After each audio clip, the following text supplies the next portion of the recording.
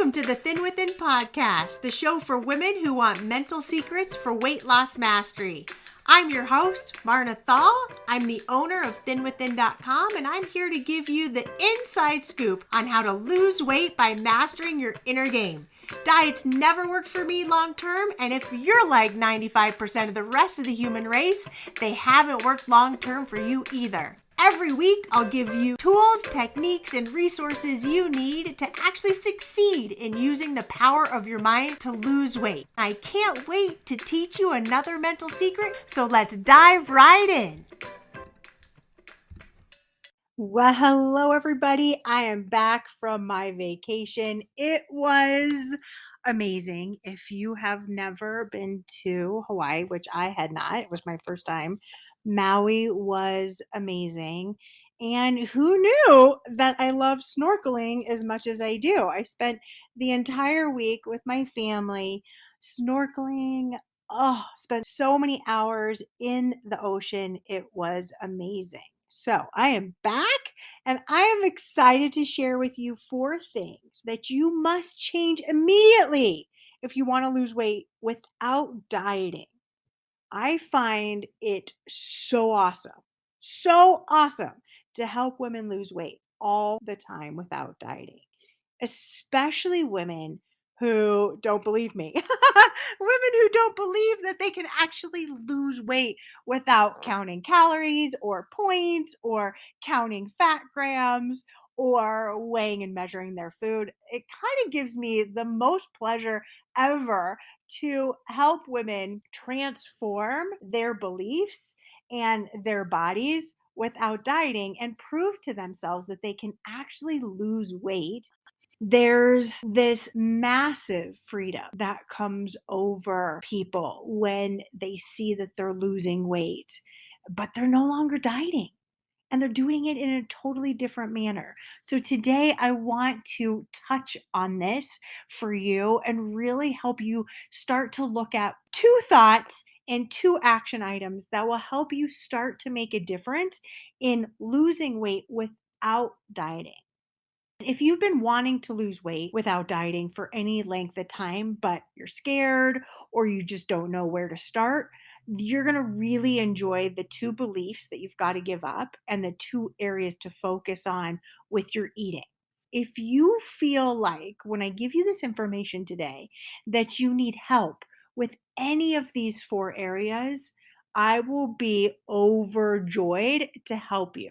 Okay. I'll help you. I'll coach you. I'll support you during the next 30-day challenge in any of these areas. So if you feel a little bit overwhelmed today with the information that I'm providing you, just know that I'm here for you and absolutely ready to help support you. And the best way I can do that is with the 30-day challenge coming up. Okay. If you want to give up all the diets, all the have to, shoulds, musts, if you're ready to stop counting calories, stop counting fat grams, and really stop dieting and at the same time lose weight, there are 2 beliefs that I recommend you giving up. One is, I can't do this. If you start telling yourself you can't do this, don't argue for why you're a failure. Don't argue for the fact that you can't. Trying to prove why you can't lose weight is ridiculous. It never works. Don't go to bat for your failures. Instead, here's what I want you to do. Instead, try to think about whether there's any evidence that you could lose weight without dieting. Start to see the evidence of how it's possible. When you think, I can't do this, what I want you to do is just stop yourself and tell yourself that is incorrect thinking. That is unhelpful. And what I want you to do is be aware of the thought and correct it so that it no longer is your truth. See, one of the things that I love about this work is the brain work, as you all know. And what is crucial is redirecting your brain. If your brain believes that you can't lose weight without dieting, that you have to diet in order to lose weight, that is incorrect. It is not true. I've helped hundreds and thousands of women lose weight without dieting. So that simply isn't true. So if your brain is telling you that you can't lose weight this way, that you have to diet, I want you to consider redirecting your brain and telling your brain that you're excited to have success, that you're capable of having success with, and you're excited to try this new way of thinking, living, and eating. The second belief that I hear a lot is around being worried. I'm worried that this won't work. I will fail. This will take too long. I have to diet to lose weight. I worry I can't do it. Anything that you're worried about, your brain is just working overtime to keep you safe. And it's giving you a slew of things to worry about as a way to self preserve and self protect. But oftentimes, it's just not true. Sitting around worrying is not going to do anything for you. It's not going to give you the body that you want. It's not going to give you the results you want. And it certainly is not helpful for your brain. Sitting around and worrying is a waste of your precious weight loss time. And most of all, those thoughts only make you feel terrible. So why bother with them? When you catch yourself saying, I'm worried, I can't, or I won't, or I will fail, or any of those things, try and replace it with, I'm going to try new things today and see what happens. Be solution oriented. Stop worrying. It does not help. The results when you move from worry to solution oriented thinking will be so incredible for your body and for your weight that you will not be the same person. If you go from worry to solution, from problem to solution, you will have a different body. Then there are a few action items that I want to bring your awareness to. Number one, if you want to lose weight without dieting, one of the biggest hurdles that you're going to have to overcome is overeating. You got to stop overeating. And I spend a lot of time with my 30-day challengers, with my inner circle members, with my private clients, helping them with lessening their overeating patterns. Because these overeating tendencies, as you know, if you've experienced overeating or you find yourself overeating at meals, they have a massive impact on either your weight gain or your weight loss. So you don't have to diet in order to stop overeating. It's not necessary. When you want to give up dieting, learning how to give up overeating is going to be the game changer for your body. When you think about it, the physical act of giving up overeating, it's totally simple. It's just the mental act of giving up overeating that's more challenging. So if I were to say to you, stop overeating, all you have to do is stop putting the fork to your mouth as often or your hand to your mouth. It's easy from a physical standpoint. But if I tell you to stop overeating, where does overeating lie? It lies in managing your mind that tells you to eat more, that encourages you to eat because this is the last time you're ever going to have this amazing food. This is the last time you're ever going to celebrate with your family at a restaurant. It's an occasion that you have to eat everything on your plate. It's going to tell you all sorts of words and give you all different types of sentences that actually are the things that get in the way of your eating in a naturally thin fashion. So it's managing your mind that wants you to eat more. That's really the key to ending and stopping overeating. As you can see, giving up overeating is learning how to manage your mental framework, your mental thoughts that encourage you to keep eating, that encourage you to clean your plate, that encourage you that it's so good you can't stop. The cool thing is when I started interviewing the naturally thin, what I saw is that they do this automatically. They stop before they overeat automatically. That's why I created this work. I saw that I was having a really hard time in this area, that my brain wanted to continue to eat differently than what I was learning from the naturally thin. And what I created was step by step processes to walk you through these strategies, giving you tools to help you stop overeating. And I do all of that inside of my programs because if you're an overeater, you're going to need some extra help with making these mental shifts. What I found that I was doing is that I had conditioned myself to feel like that over full, that over heavy feeling was normal. So if I ate into I felt that heaviness, I thought that that was normal. But what I figured and I learned from understanding and interviewing the naturally thin, that wasn't normal. I was overeating about 2 out of every 3 meals. Normal felt full and heavy and big and like food was in my body, but that was overeating. And so when you start to learn what healthy, naturally thin eating looks like and you start practicing it, you no longer overeat and your body then starts losing weight. The second action that you must change immediately to lose weight without dieting is you've got to stop tying food to your emotional needs.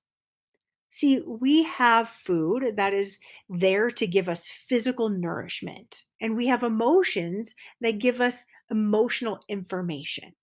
Oftentimes, what happens is if you've had a traumatic situation, or you've had children, or you've had something that has occurred in your life where you begin tying food to an emotional need that you are having, all of a sudden you reprogrammed in food to that emotional need. And then what happened was every time you wanted to numb out, every time you felt tired, every time you felt bored or lonely or sad or upset, instead of feeling those feelings and addressing them, you tied and programmed into your psychology this need for food.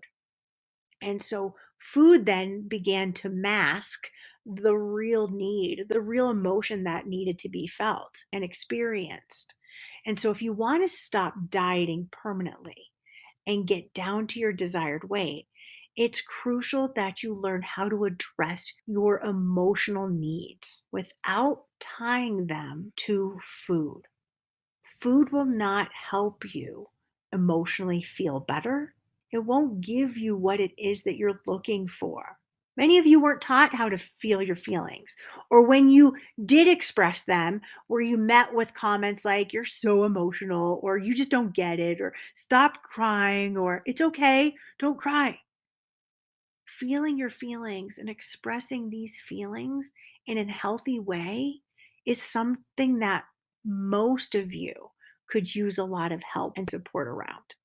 I know for me, I ate because I was happy, but I mostly ate to numb out. And to this day, when I find myself frustrated with my kids or feeling overwhelmed, I notice that I immediately think about food. Now, I don't eat that food anymore, but I immediately want food. Why? Because I don't always know how to deal with my painful feelings, and I'm looking for a way to numb out. And numbing out with food keeps me from exploding or being mean or saying something I'd regret, but it also adds that weight. And so you might be experiencing that too, that you have emotion or several emotions that you're tying to food. And the first step is always recognizing how you're using food. How are you using it? Are you using it because you're tired and you're looking for energy? Are you using it because you're sad and lonely? Are you using it because you feel overwhelmed? Are you using it because you don't want to face your next activities? Why are you using food? What is going on emotionally that could be met with a different strategy and in a productive way that also will have you losing weight? If you want to lose weight without ever having to diet, it's important to learn what emotions you're eating for. And then you can begin to find healthy and productive outlets for those feelings. So I hope I gave you some really important tools. Two beliefs that must be changed, which are I can't do this or I'm worried that. Those just keep you stuck. They keep you from taking productive, positive, powerful action. And then two action items, which is to stop overeating. Learning how to stop overeating is crucial if you want to lose weight and keep it off without ever having to diet again. And then, secondly, to stop tying food to your emotional needs. You've got to separate your emotional needs from your physical needs. Once you begin doing that, you will absolutely lose weight. There's no way you could be tying all these emotional needs to food and then start to deal with them in new ways and not lose weight.